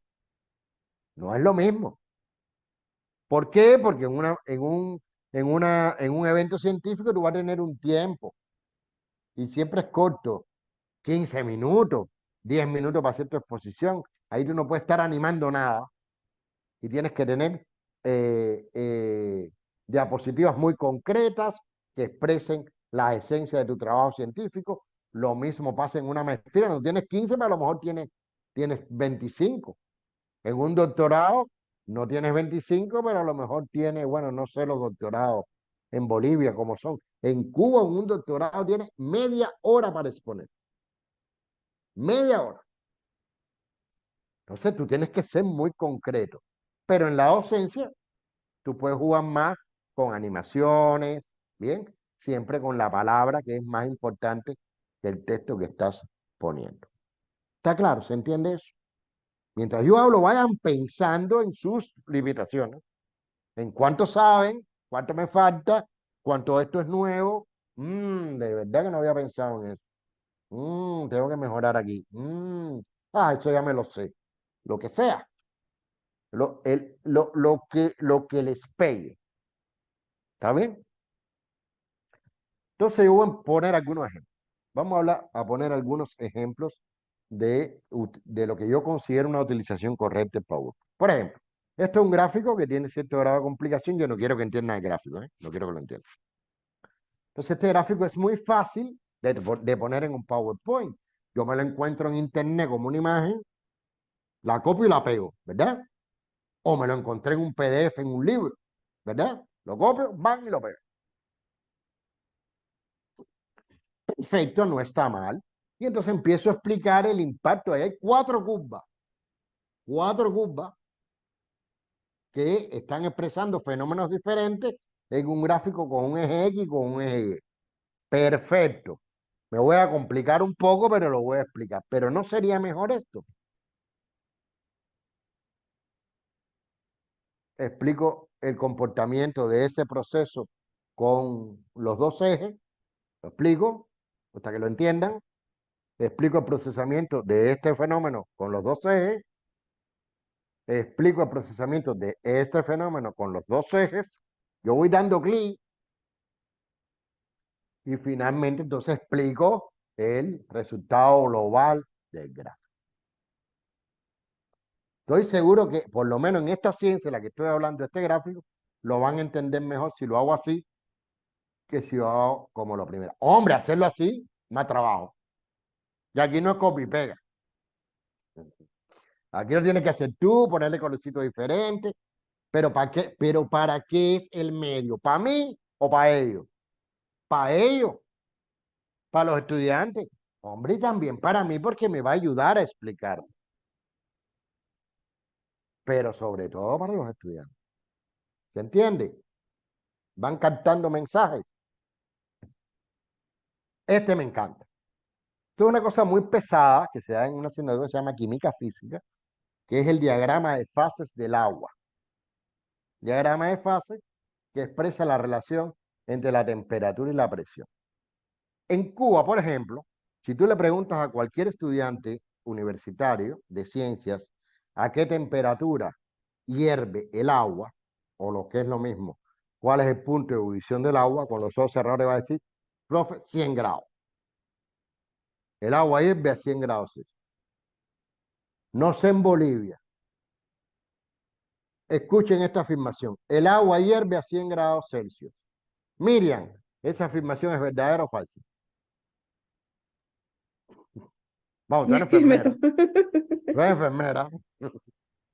El agua hierve a 100 grados Celsius. ¿Verdadero o falso? Verdadero. Verdadero. Johnny, el agua hierve a 100 grados Celsius. ¿Verdadero o falso? A la altura del mar a 100 grados. En la altura es Ah, menos. exacto. Tan, tan, tan, tan. Pero eso no lo dice todo el mundo. Este gráfico sirve para eso. Entonces, la asignatura de química física de por sí es una asignatura que es un ladrillo. ¿Dónde se me metió Miriam? Se desapareció de la vergüenza. ¿Dónde se metió Miriam? Ay, ay, ay, era yo que no. Esta asignatura es difícil, un montón de gente desaprobada. Entonces hay que motivarla. Y para motivar precisamente eso que decía Diony, que tiene que ver con la presión, pues uno puede poner, digamos, estos ejemplos, decir, efectivamente, el agua aquí en Puerto Viejo, donde estoy yo, que estoy en la costa del Pacífico, o en Cuba, que es una isla, o en cualquier lugar del planeta que esté al nivel del mar, el agua hierve a 100 grados Celsius. Pero en Quito, que está a 2.800 metros sobre el nivel del mar, ya el agua no hierve a 100 grados Celsius, hierve a 91 grados Celsius. Y en su querida La Paz, amigos míos, el agua hierve a 85 grados Celsius, porque como me decía Johnny, está a 3.600, me decía Johnny. A 3.600 sobre el nivel del mar. Y estás Cero viendo por- que en este gráfico entonces, en la medida que hay menos presión, porque a mayor altura menos presión, porque tienes menos capas de la atmósfera sobre la cabeza. ¿Está claro eso, verdad? Pues obviamente el agua hierve a menor temperatura. Pero esta no es la parte motivacional. La parte motivacional viene cuando tú relacionas eso con la vida práctica. En Puerto Viejo y en Cuba, cuando tú haces el arroz, todos hacen arroz aquí, ¿verdad? Bueno, algunos. Lo hacen en ollita arrocera. Bien. En Cuba, cuando tú haces arroz, echas la misma cantidad de agua que de arroz. Ahí en Bolivia echan la misma cantidad de agua que, el arroz, que agua de arroz. No, Una taza de agua. No, No, no, mucha no, más agua, una ¿verdad? taza de más. sí me saco. 3 Una por por Claro, dos. claro. Y en Quito es Dos. 2. En Quito es 2 por 1 y en La Paz es 3 por 1. ¿Y saben por qué? Por esto mismo. Porque si el agua se evapora a 85 grados en La Paz, esa agua se va a evaporar más rápido que en Puerto Viejo. Y como se evapora más rápido, el arroz no se cocina si echo una sola taza de agua. Con una sola taza de agua que yo eche al nivel del mar, como él ebulle a 100 grados, da tiempo para que se cocine ese arroz y se gaste el agua, porque una ollita arrocera lo que hace es, el agua se usa para gelatinizar el almidón del arroz, lo cocina y el agua se evapora, ¿verdad? Pero si el agua, en lugar de hervir a 100 grados, hierve a 85, se acaba más rápido, ¿es o no? Y como se acaba más rápido, yo necesito echar más agua. Me lo están diciendo ustedes.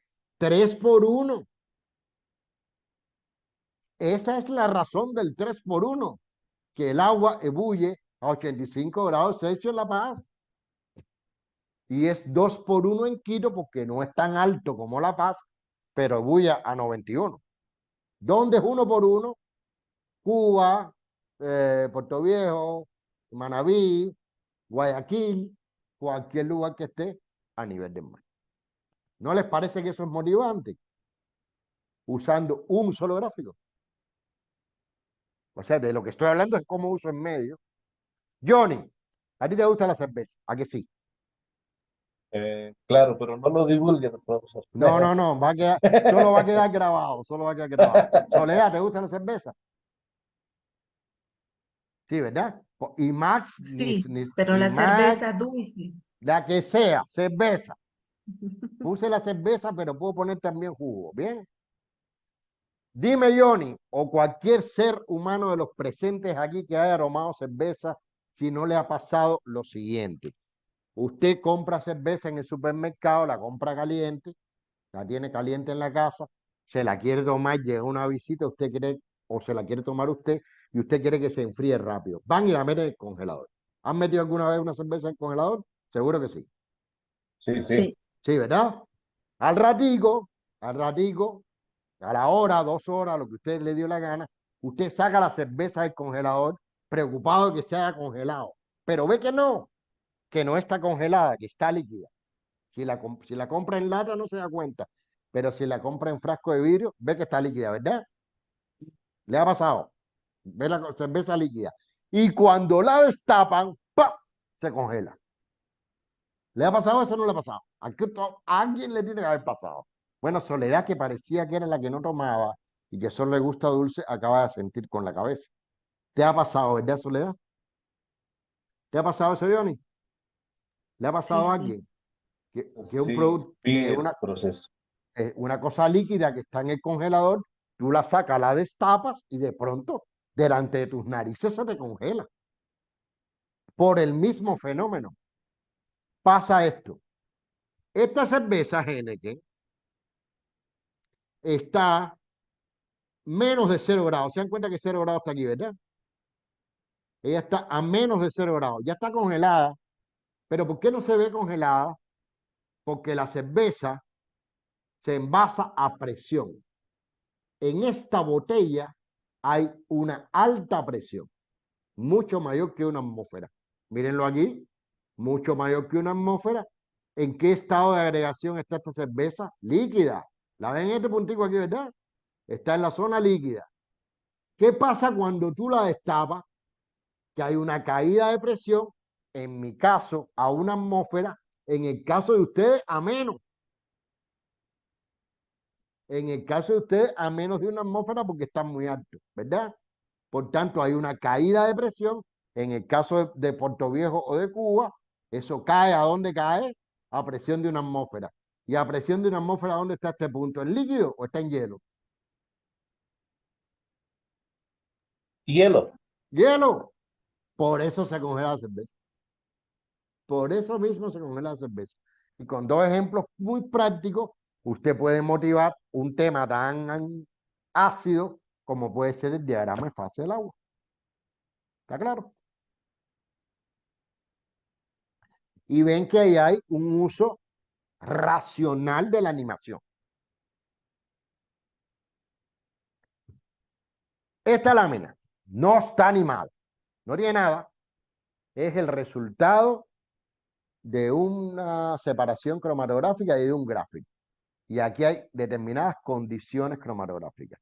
Yo les puedo garantizar que yo puedo estar 20 minutos con esa lámina puesta fija, sin que se mueva nada, jugando con los estudiantes y sacándole el mayor provecho a ese gráfico.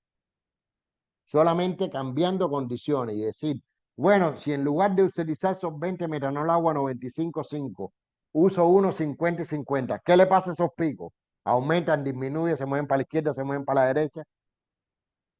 Si en lugar de inyectar 10 microlitros, inyecto 20, ¿qué le pasa a esos picos? Si en lugar de un caudal de 1 mililitro por minuto, lo hago 2 mililitros por minuto. O sea, puedo jugar con esto, que es una cosa fija. O sea que el asunto no es que esté animado.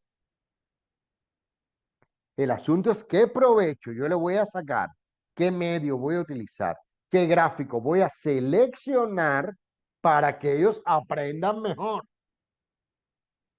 Ya pusimos un gráfico que descompuse, ya pusimos otro gráfico de la fase del agua que se mueve poco, pero que las animaciones apuntan a explicar un comportamiento de la vida cotidiana y aquí no se mueve nada, pero el profesor le saca mucho partido a una lámina como esta. Yo en particular con una, o sea, estoy hablando de un contenido en particular. Yo no sé, Miriam, lo que le podrá sacar con una lámina fija, que seguro es muchísimo, a una clase. Ni Johnny, ni Soledad, que seguro lo pueden hacer. Yo estoy poniendo ejemplos. ¿Saben? Esto, Soledad lo vio Miriam y seguramente Johnny lo vio y es horrible. Es horrible, es la última etapa de la respiración celular, la cadena de transporte electrónico y fosforilación oxidativa. Eso se da en bioquímica metabólica y la tuviste que dar Miriam y Soledad la tuviste que recibir. Si te la aprendiste o no, no lo sé. Porque además esto es complicado y ladrillesco, pesado. Bien, bueno, pues yo tengo aquí, esta es una presentación de las estructuras y los enzimas que están presentes en esa membrana o en esa membrana interna de la matriz mitocondrial y explico esto que es pesado de manera animada. Aquí voy a ir rápido, ¿no? Yo voy explicando poco a poco qué va pasando con los electrones, cómo salen, cómo se mueve el complejo proteico, cómo pasan para el otro. Todo esto en PowerPoint, no he usado otro programa. O sea, ¿qué va pasando en ese proceso de fosforilación oxidativa? Quiero pensar que si se lo volviera a explicar a Soledad, Miriam y a Johnny lo entenderían mejor. Quiero pensar en eso para ser feliz, para que esas moléculas de hidrógeno se conviertan en ATP y termino diciendo que por cada 4 hidrógenos se produce un ATP. Estoy haciendo el análisis de la molécula de NADH. Después tengo esto mismo para la molécula de FAT, para que el estudiante pueda entenderlo mejor. Me parece que así se entiende mucho mejor a que si el profesor con una lámina fija intenta explicarle todo ese proceso, porque atraviesa los electrones que producen el NADH y el FAT que provienen del ciclo de Krebs.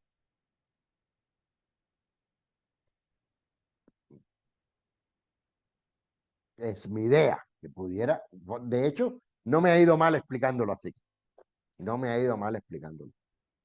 ¿Sabes? O sea, ya está la animación en función de otro objetivo. Que son objetivos diferentes. Y entonces, para terminar con un ejemplo que también una cosa que se puede usar mucho son los llamados, a todo el mundo le dice mapas mentales. En realidad no todos son mapas mentales, pero sí son mapas procedimentales, son esquemas que resumen cosas. Entonces, este es un esquema, por ejemplo, que o bien se puede usar para concluir una clase, o bien se puede usar para empezar una clase y recordar lo que se dio en la clase anterior. Y es un esquema que puede ir construyendo el profesor junto con los estudiantes. Le puedo preguntar al estudiante, bueno, ¿qué cosa, cuál es el concepto, qué son los métodos de asociación V visible? Intercambiar ahí, después el profesor cerrar la idea. Bueno, este sería el concepto. ¿Bien? ¿Qué tipos de métodos de asociación V visible vimos? Bueno, vimos dos, asociación molecular y asociación atómica. La asociación molecular, ¿en qué se basaba? Fíjense que estoy intercambiando. ¿En qué se basaba la asociación molecular? Ah, bla, bla, bla, bla. ¿Y la asociación atómica? Ah, bla, bla, bla, bla. ¿Y cuáles son, cómo se prepara la muestra en una y en otra? Bueno, aquí así, aquí así. Y al final, ¿qué hay que hacer? Bueno, introducir en el equipo y leer tal señal.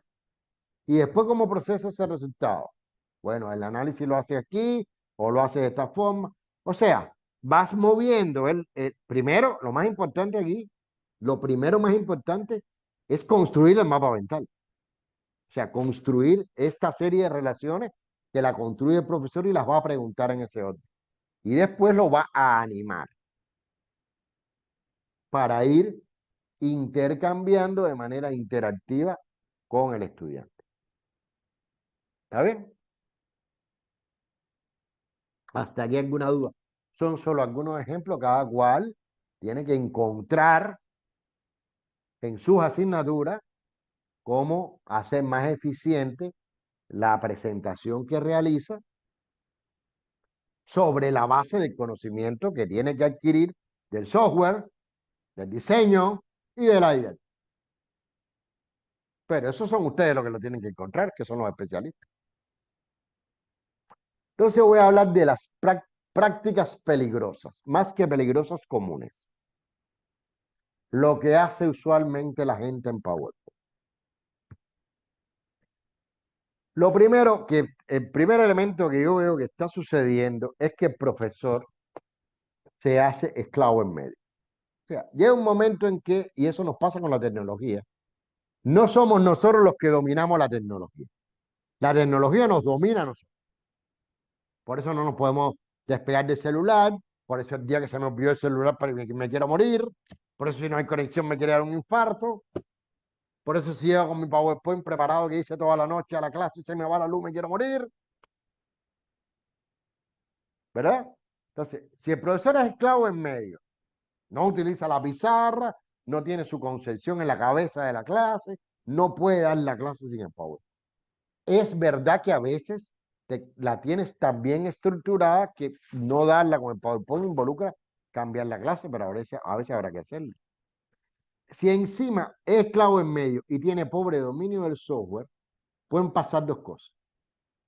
Que le dé una ansiedad por emplear muchos recursos, y ahí vemos los PowerPoint que viene, la letra saltando, dando vuelta, da de cabeza, vira para la izquierda, vuelve el otro gráfico que entra dando vuelta también, sin sentido ninguno, sin que aporte absolutamente nada a la didáctica de la asignatura, y lo único que hace es desviar la atención. Ese profesor le puede pasar eso, o que haga rechazo. Y yo uso entonces PowerPoint como si fueran las láminas del reproductor. No se mueve nada, una tras otra, sin una transición entre una y otra. Incluso hay profesores que hasta lo presentan en PDF. De cualquier manera, el resultado es que hay un pobre aprovechamiento de las reales potencialidades didácticas en medio. Ya no estoy aprovechándolo. Lo estoy usando para otra cosa. Lo estoy usando por gusto. ¿Me explico? Ese profesor esclavo en medio es altamente peligroso esto porque usualmente tiene las diapositivas repletas de texto, exceso de diapositivas, una detrás de la otra ahí, una detrás de la otra, y esto lo hemos hecho todos, no me mientan, todos, me incluyo, todos. Ponemos en la diapositiva lo que no nos sabemos bien, ya sea a nivel técnico o para que me organice la clase. Y son esos profesores que esperan a que llegue la diapositiva para hablar, porque no tienen claro a veces, se te perdió y no saben ni lo que viene atrás. Entonces la diapositiva es el chuli chuli ese que le llaman ustedes en Cuba, se llama chivo. Es mucho más sencillo en Cuba, un chivo. La diapositiva es el chivo de la clase. Pero a su vez lo más peligroso es que estas dinámicas, como tienes la presentación en PowerPoint, sobre todo para los profesores jóvenes, no están obligados a aprenderse bien el contenido. Porque lo voy a tener en el PowerPoint. O estoy en una institución en que todos los años me cambian la asignatura. O que tengo en un semestre 4 asignaturas. 3 me las sé bien, una no, pero no tengo tiempo para estudiármela, porque tengo otras 3. O sea, hay muchos factores que influyen. No solo es un problema de que al profesor no le dé la gana de prepararse bien, pero el resultado es que no se prepara bien. El resultado es que tiene una insuficiente preparación. Y como resultado de la insuficiente preparación, produce ese exceso de texto, ese exceso de diapositiva y exponer en la diapositiva lo que no se sabe bien. O al revés, porque esto va en los dos sentidos. Como ya sé que puedo poner muchos textos y ya sé que puedo poner la diapositiva que me da la gana y ya sé que en la diapositiva puedo poner lo que no me sé bien, pues no me preparo bien. ¿Se entiende lo que quiero decir, no? Es en doble sentido va eso. En la insuficiente preparación puede ser causa o puede ser efecto. Al final, ¿cuál es el resultado? Ansiedad del estudiante por copiar, pérdida de la atención del estudiante, pérdida de la motivación, aprendizaje memorista. Incluso una identificación inmediatamente del estudiante de la calidad del docente. Porque eso se dan cuenta los estudiantes enseguida. Y entonces en Cuba, los estudiantes que son muy creativos, bautizaron a los profesores que tienen estas prácticas como el Power Profesor. Power que viene de PowerPoint. Pero entonces yo lo cogí y digo que Power Profesor es como un Power Ranger, como ese que ven ahí, pero peor, porque él no tiene una espada láser, tiene un puntero láser. Y el Power Profesor es PowerPoint dependiente, tiene una eficiente preparación técnica, lee la presentación y como dice un amigo mío, son esos profesores lo que hacen es karaoke. Es karaoke. Tienen la canción en el PowerPoint y la voy a cantar. Pero si me quitan la canción, la letra de la canción, ya no puedo cantar. Entonces esto hay que evitarlo a toda costa. Y creo que todos, en algún u otro momento, de alguna manera, acercándonos más o menos, hemos sido Power Profesor. En algún momentico, en algunos pedacitos, y hay que evitar eso. Hay que alejarse de esta posición a toda costa. Entonces, ¿cómo no ser un Power Profesor? Desde mi punto de vista, primero, tener motivación e interés por tu trabajo. Dominio del contenido de la asignatura. Dominio de la didáctica de la asignatura. No es lo mismo el contenido que la didáctica. Y ya hablamos de eso, ¿se acuerdan? Cuando puse el ejemplo de cómo organizar el contenido. Yo puedo saber el contenido, pero no saber organizarlo. Todo el mundo no puede ser profesor. Un buen investigador no necesariamente es un buen profesor. Como un buen profesor no necesariamente es un buen investigador. O sea que no solo es dominar el contenido, sino dominar la didáctica, tener habilidades comunicativas, formación permanente y capacidad de autoperfeccionamiento. Y fíjense que esas condiciones o esos atributos no tienen que ver con las TIC, ¿Se dan cuenta, no? Eso no tiene que ver con las TIC. Ah, también hay atributos que tienen que ver con las TIC. Dominio de las TIC, hay que, hay que profundizar. No puede bastar con el leer, escribir, copiar, pegar, abrir y guardar. Creatividad. Y lo que decía Miriam, que tiene toda la razón, tiempo. Tiempo, necesito tiempo.